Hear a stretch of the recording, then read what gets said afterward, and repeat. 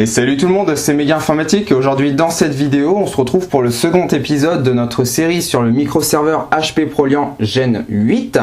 Donc j'ai mis 4 disques durs dans les 4 emplacements du microserveur.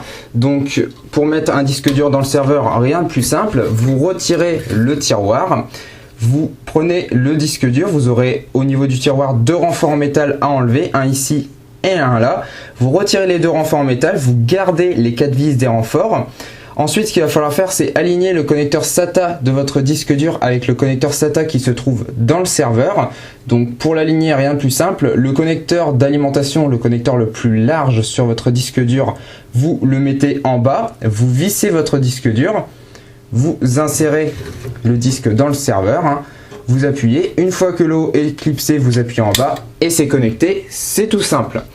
Maintenant, ce que je vais faire, c'est que je vais déplacer la caméra, je vais la mettre devant l'écran et je vais vous montrer un petit peu son démarrage, comment accéder à ses paramètres et ce qu'on va être capable de faire une fois la partie démarrage rapide passée. Allez, c'est parti!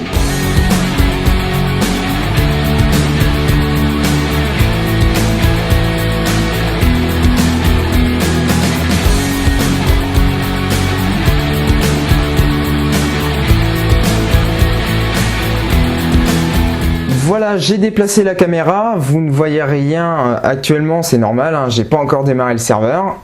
Hop, je vais le faire tout de suite. Voilà.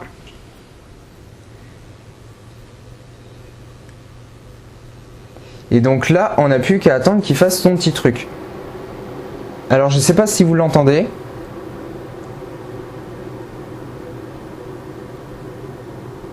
Il ventile assez fort, je vous rassure, c'est que quand il démarre. Après, il ralentit la vitesse de rotation du ventilateur, je vous rassure tout de suite.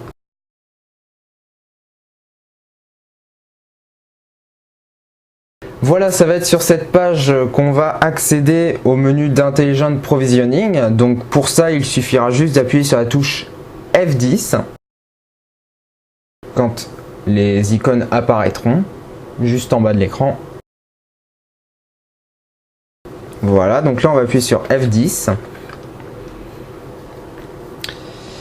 et on va le laisser faire son petit truc. Et donc oui, comme vous pouvez le voir, ça met du temps à démarrer. En même temps, un serveur, normalement, c'est fait pour être démarré une fois et arrêté le moins souvent possible. C'est pas comme un ordinateur où vous allez le démarrer tous les matins par exemple et l'éteindre tous les soirs.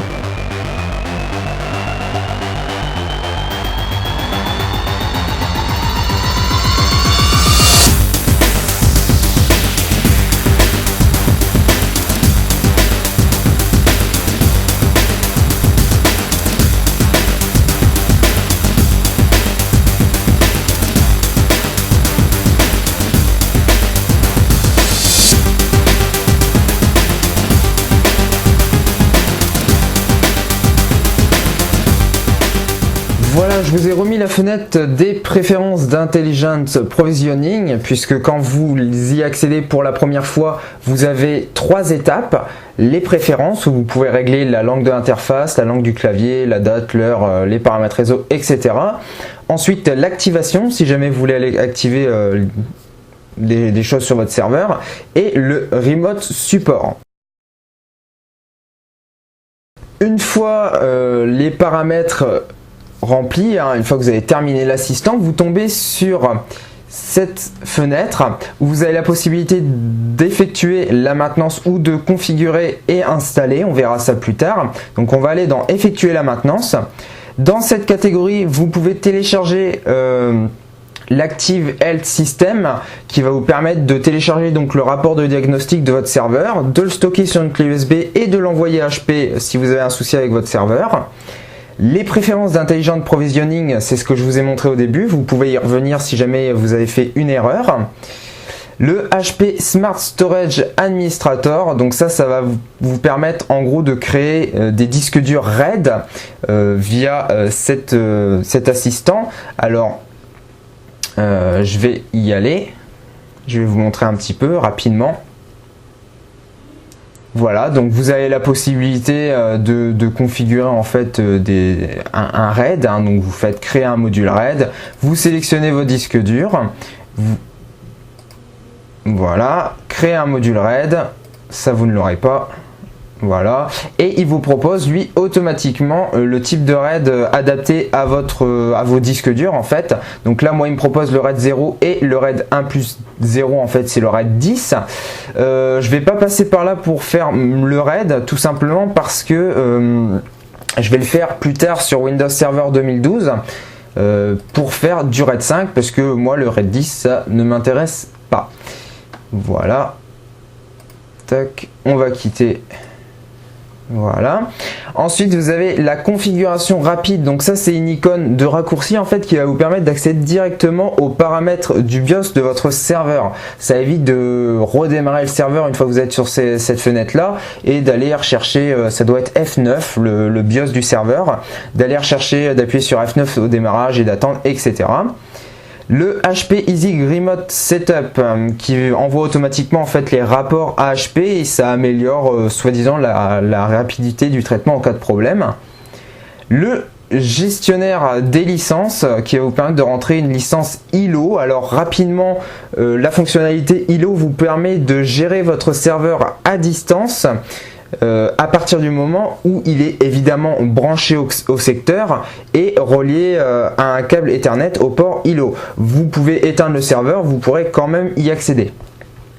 Et le pack de licence HP Smart Cache.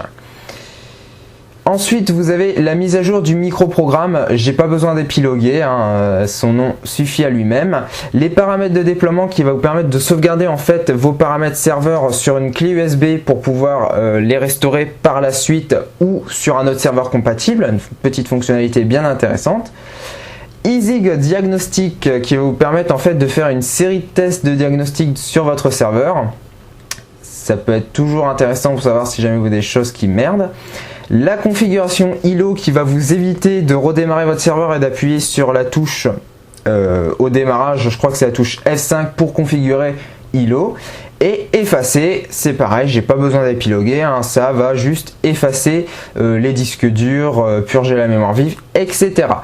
Donc voilà, c'est tout pour cette vidéo. Alors ça reste un petit peu plus dans la théorie que dans la pratique. Dans l'épisode 3, je vous montrerai comment installer en fait un Windows Server 2012 R2 dessus, puisque c'est ce que je veux installer. Voilà, donc si jamais vous avez la moindre question, n'hésitez pas, les commentaires de la vidéo sont là pour ça. N'hésitez pas également à vous abonner à la chaîne si vous voulez pas rater les prochains épisodes ou si jamais vous voulez plus de vidéos dans ce style là. Quant à moi, je vous dis ciao tout le monde, à la prochaine.